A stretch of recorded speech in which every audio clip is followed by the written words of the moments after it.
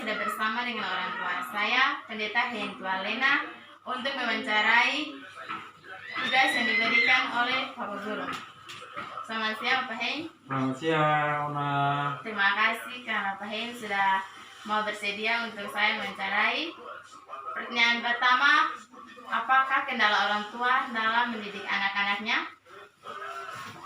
Pertanyaan yang bagus untuk anak-anak dan juga untuk orang tua. Ada beberapa hal yang memang menjadi kendala bagi orang tua untuk mendidik anak. Yang pertama,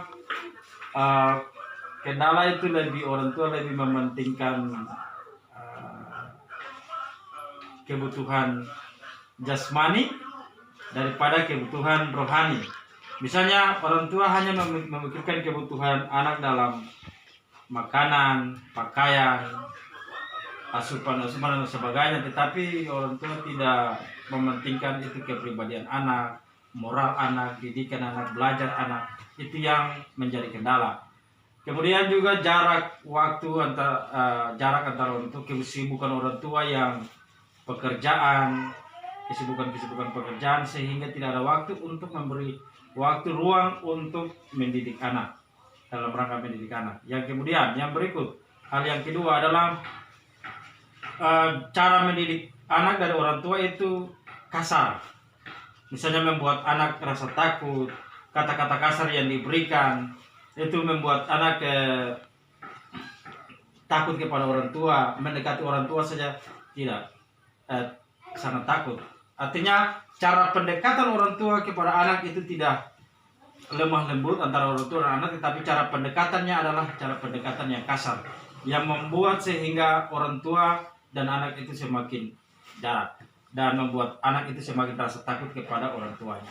Yang berikut, yang ketiga, hal yang ketiga adalah bagaimana orang tua itu memanjakan anak. Ini cara mendidik yang salah. Artinya ketika orang tua memanjakan anaknya, hal apa saja yang dimintakan, baik itu yang baik maupun yang buruk, itu diberikan orang tua kepada anak, sehingga hal yang buruk pun juga setelah memanjakan anak bisa memenuhi kebutuhan, bisa mengikuti dia, dan dia bisa mengatur orang tua dalam segala hal.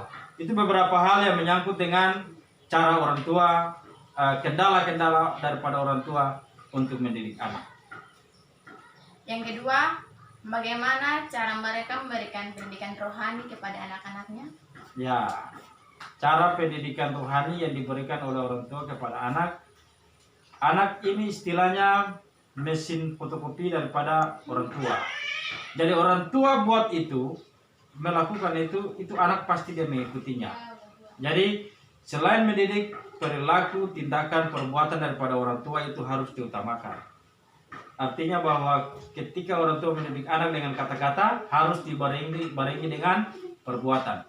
Karena anak itu dia bertumbuh dan berkembang menjadi besar itu dari orang tua.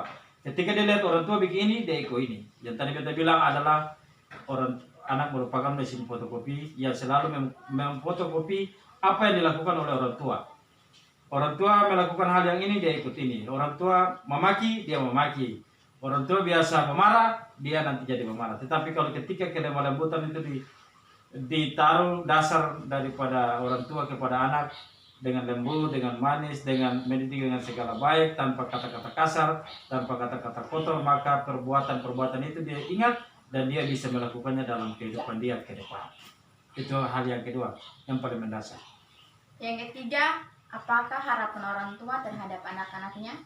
Ya, harapan orang tua kepada anak-anak itu selalu yang orang tua mau menjadikan anak-anak itu selalu yang baik. Di dunia manapun tidak ada orang tua yang tidak mau anaknya tidak baik.